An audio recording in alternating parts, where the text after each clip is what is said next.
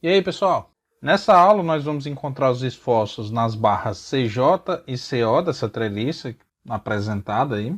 E para tanto nós vamos utilizar o método das seções, que obviamente tem a mesma premissa do método das seções que nós empregamos lá na análise de vigas e de pórticos. Portanto, nesse método a gente divide a treliça em duas partes a partir de um corte imaginário. E é óbvio que esse corte deve passar pela barra onde a gente está buscando determinar o esforço interno. E a partir dessa divisão, a gente aplica as três condições de equilíbrio, nesse caso no plano, em qualquer uma dessas duas partes para poder obter os esforços internos. Essa seção, pessoal, pode ter uma forma qualquer desde que seja contínua, né? Afinal, há a obrigação de cruzar a treliça toda. Em outras palavras, a forma da seção não importa, desde que a gente consiga dividir a treliça em duas partes. Como nós dispomos de apenas três condições de equilíbrio no plano, que é o somatório de forças horizontais, verticais e de momentos igual a zero, a seção escolhida, em geral, não deve passar por mais de 3 barras nas quais as forças sejam desconhecidas. Além disso, as barras da treliça que são interceptadas pela seção não podem ser todas paralelas entre si, nem todas concorrentes no mesmo nó, de maneira que os seus esforços internos possam ser determinados apenas aplicando as condições universais da estática. O método das seções, pessoal, é mais indicado quando a gente deseja obter os esforços em apenas algumas barras da treliça. Lembrando que o método do nó é, de certo modo, também o método das seções. A gente está destacando o nó em relação à estrutura e, para tanto, nós secionamos as barras ali nas vizinhanças do nó. Com isso, nós reduzimos o problema à análise de um ponto material, que nos faz dispor de apenas duas condições de equilíbrio para essa análise do ponto. Então, dependendo da barra em que se deseja obter o esforço, a gente pode necessitar analisar muitos nós antes. E aí, nesses casos, é mais interessante a gente partir logo para o método das seções. Nesse problema proposto, por exemplo, se deseja obter a força na barra CO, ou seja, essa força aqui. Se a gente fosse aplicar o método dos nós, seria necessário antes analisar o nó A, depois analisar o nó B, e só aí nós poderíamos analisar o nó C para obter a força nessa barra. Aplicando o método das seções, a gente consegue obter a força nessa barra em uma análise direta.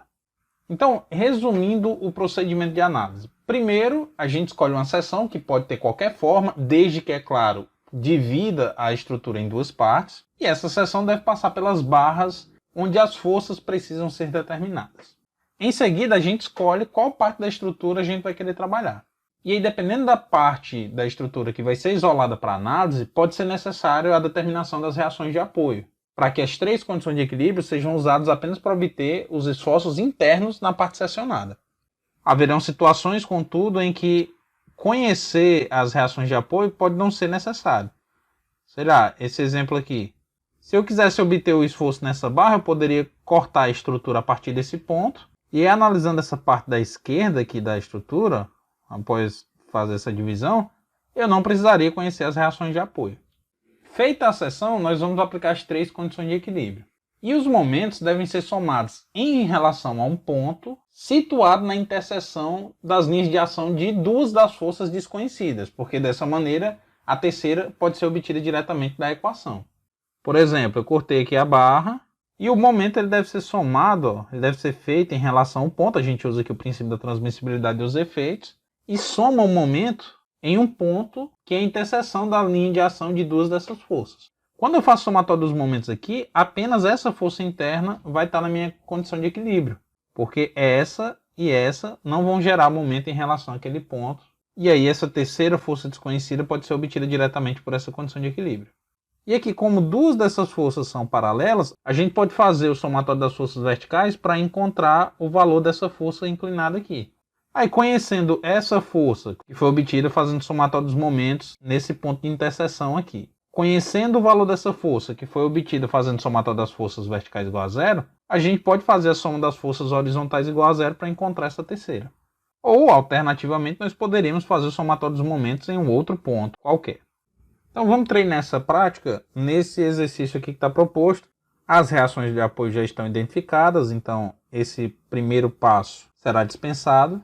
E aí a gente pode já partir para a seção.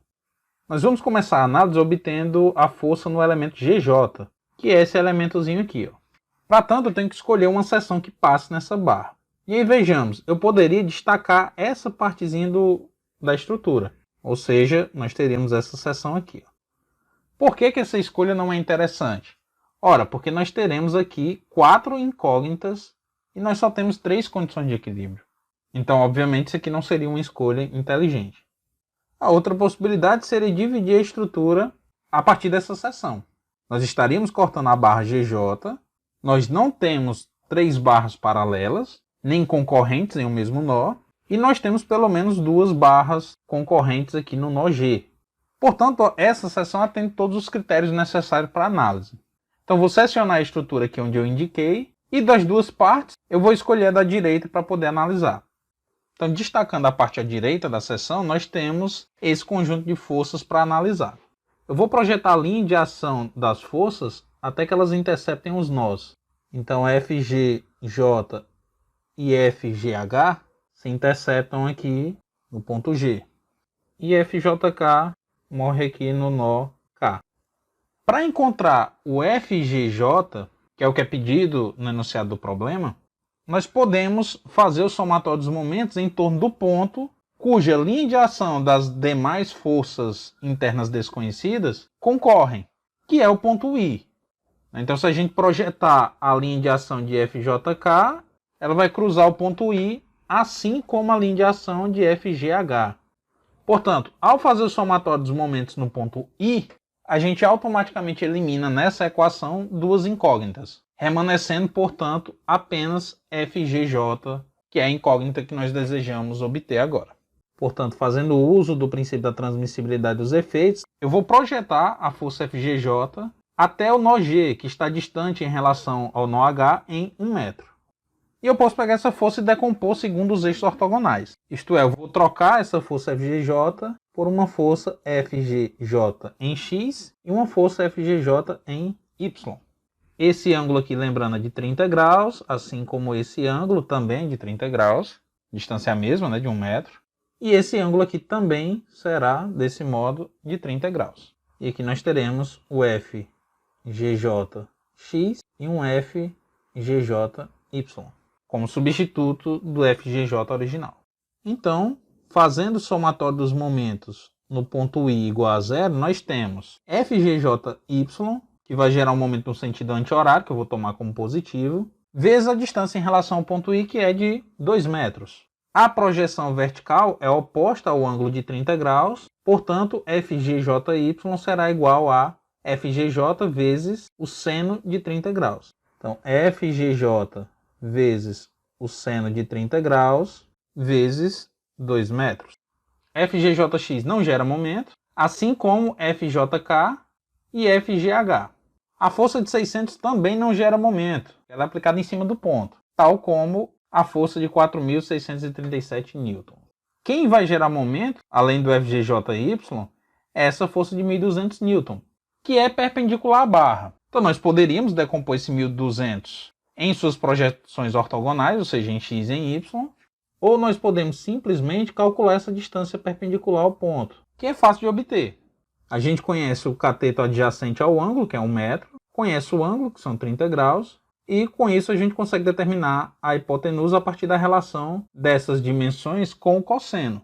Isto é, o cosseno de 30 graus é igual ao cateto adjacente, que é 1 metro, sobre a hipotenusa, que é o que eu desejo obter, então o L vai ser igual a 1 dividido pelo cosseno de 30 graus, que é de aproximadamente 1,155 metros. Aproximadamente. Então aqui dá 1,155 metros. Então, o momento gerado por essa força de 1.200 também será no sentido anti-horário, portanto, também será positivo, e terá o valor igual a 1.200 vezes 1,155. E tudo isso tem que ser igual a zero. Logo, FGJ será igual a menos 1.385,6 newtons, aproximadamente. E aí, como nós assumimos que as forças estavam saindo da barra, isto é, tracionando a barra, e o sinal deu negativo, significa que essa barra está sob compressão. A vantagem de tomar o sentido das forças internas sempre tracionando é que quando o sinal dá negativo, eu sei que é compressão. Se, pessoal, fosse desejado obter as demais incógnitas, ou seja, o FJK e o FGH, o que nós faríamos? A gente poderia fazer o somatório dos momentos em G igual a zero, porque a linha de ação de FGJ e de FGH cruzam esse ponto. Então, sendo concorrente no ponto, elas não iriam gerar momento em relação a G. E aí nós estenderíamos a ação de FJK até o ponto K, faríamos a decomposição em suas projeções ortogonais. E aí, fazendo o somatório dos momentos no ponto G, essa projeção vertical não iria gerar momento. O FGJ, assim como o FGH, também não iriam gerar momento. E as projeções ortogonais de 1200 e de 600, assim como o 4637, esses sim, todos iriam gerar momento. Então nós teríamos uma equação com uma única incógnita que seria facilmente obtida. Alternativamente, nós poderíamos fazer a soma das forças verticais igual a zero. Isto porque FGH não tem projeção vertical, então ele não entraria nessa condição de equilíbrio. FGJ tem projeção vertical, só que pela análise anterior a gente já conhece o valor de FGJ, ou seja, não seria mais uma incógnita. FJK teria também uma projeção vertical a ser somada, e nessa equação essa seria a única incógnita. E depois de conhecer essas duas, nós poderíamos obter o FGH fazendo somatório das forças horizontais e igualando a zero. Bem, mas nesse exercício, além de obter o FGJ, que já foi obtido, a gente tem que obter o FCO, que é a força na barra CO. E para tanto, nós vamos ter que realizar uma outra seção que corte essa barra. E aí eu vou fazer uma seção que corte as barras PO, CO e CD.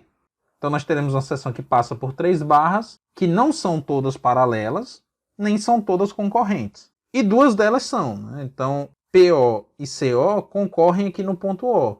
Assim como PO e CD concorrem no ponto A. Então vamos lá. Bem, pessoal, ao dividir a estrutura nessa seção, eu escolhi a parte da esquerda, que está aqui representada, porque obviamente ela é mais fácil de analisar, afinal envolve menos forças, cujo efeito deve ser contabilizado. Eu vou projetar aqui esses esforços internos para o nó mais próximo, então FPO, FCD são concorrentes aqui no nó O, e o FCD vai até aqui o nó D, né? Agora que nós identificamos a concorrência das forças, FPO e FCO têm suas linhas de ação concorrendo no nó O. Isso nos permite, ao fazer o somatório dos momentos nesse ponto, encontrar FCD. E FCD e FPO têm suas linhas de ação concorrendo no ponto A. Então, fazendo o somatório dos momentos em A, a gente consegue obter FCO, que é a única incógnita nesse diagrama de corpo livre. E que, a propósito, é o que se deseja obter nesse exercício. Aí é claro, se nós precisássemos obter a outra força interna, seria FPO, bastaria efetuar o somatório das forças horizontais ou verticais e igualar a zero. Afinal, as outras duas incógnitas já teriam sido determinadas nas etapas anteriores. Então vamos lá, eu vou fazer o somatório dos momentos em A igual a zero. E aí, conforme eu acabei de mencionar, FPO não gera momento, FCD não gera momento. Os 600, assim como o 4637, também não vão gerar momento, porque são aplicados sobre o ponto. E dessas forças que estão fazendo parte desse sistema, apenas FCO vai gerar momento e esse 1200 aqui. E aí a gente precisa lembrar, pela simetria, né, que esse 1200 está a uma distância perpendicular à força de 1,155 metros. Sendo assim, nós temos FCO vezes 2, gerando o momento no sentido anti-horário que eu vou considerar positivo, menos 1200 vezes 1,155. Tudo isso aqui igual a zero. Logo, FCO será igual a 693 newtons. Essa força deu positivo, o que indica que a barra está sob tração. Então é isso, pessoal. A análise não foge muito da que a gente fez para obter a força na barra GJ. A gente projeta a linha de ação das forças para observar onde elas concorrem, para a partir daí aplicar o somatório dos momentos. E, mais uma vez, a grande dificuldade desse problema está em escolher a melhor seção, tendo aqueles cuidados de observar se as barras não são todas paralelas, se elas não são todas concorrentes, se não haverão mais de 3 barras cuja força interna é desconhecida, enfim, aquele processo que nós já conhecemos. E nesse caso, pessoal, fica claro a vantagem em se aplicar essa técnica em relação ao método dos nós, porque a gente conseguiu, analisando uma única seção, obter a força diretamente de uma das barras. Se nós fôssemos aplicar o método dos nós aqui em G, nós teríamos uma 2, 3, 4 incógnitas envolvidas. E para essa análise do ponto G, nós teríamos apenas duas condições de equilíbrio. Então não daria para analisar o ponto G, e pelo mesmo motivo não daria para analisar o ponto J, porque nele nós também teríamos 4 incógnitas. Ou seja, para encontrar a força em GJ aplicando o método dos nós, nós teríamos que antes analisar o nó I e o nó H. Da mesma maneira, para encontrar a força em CO, nós não poderíamos analisar o nó C, porque também teria 4 incógnitas, e não poderíamos analisar o nó O pelo mesmo motivo. Então, para analisar esses dois nós, nós teríamos que analisar os nós A, P, B, o que daria, é claro, um pouquinho mais de trabalho. Podem ter situações, pessoal, é claro, que uma única seção não seja suficiente para obter a força em uma barra. Por exemplo, se nós desejássemos obter a força nesse montante central da treliça, se a gente cortasse aqui, ó, nós teríamos 3 barras concorrentes no ponto M. Fazendo a análise do nó M, né? E aí o que daria para ser feito? Uma primeira seção aqui, ó, cortando as barras LM, LE e EF. E aí, a partir da análise dessa seção, poderia ser feito o somatório dos momentos em E para encontrar FLM. E aí, conhecido FLM, a gente poderia fazer o equilíbrio nesse nó para encontrar essa força no montante. Tá claro? Então nem sempre uma única seção será suficiente para determinar a força em uma das barras. Depende da complexidade, obviamente, da estrutura. Fica aí para vocês como exercício, obter a força interna no elemento M. Tá bom? Então é isso, pessoal. Na próxima aula a gente pode fazer mais um exercício para treinar essa técnica. Beleza? Valeu, pessoal. Até a próxima aula.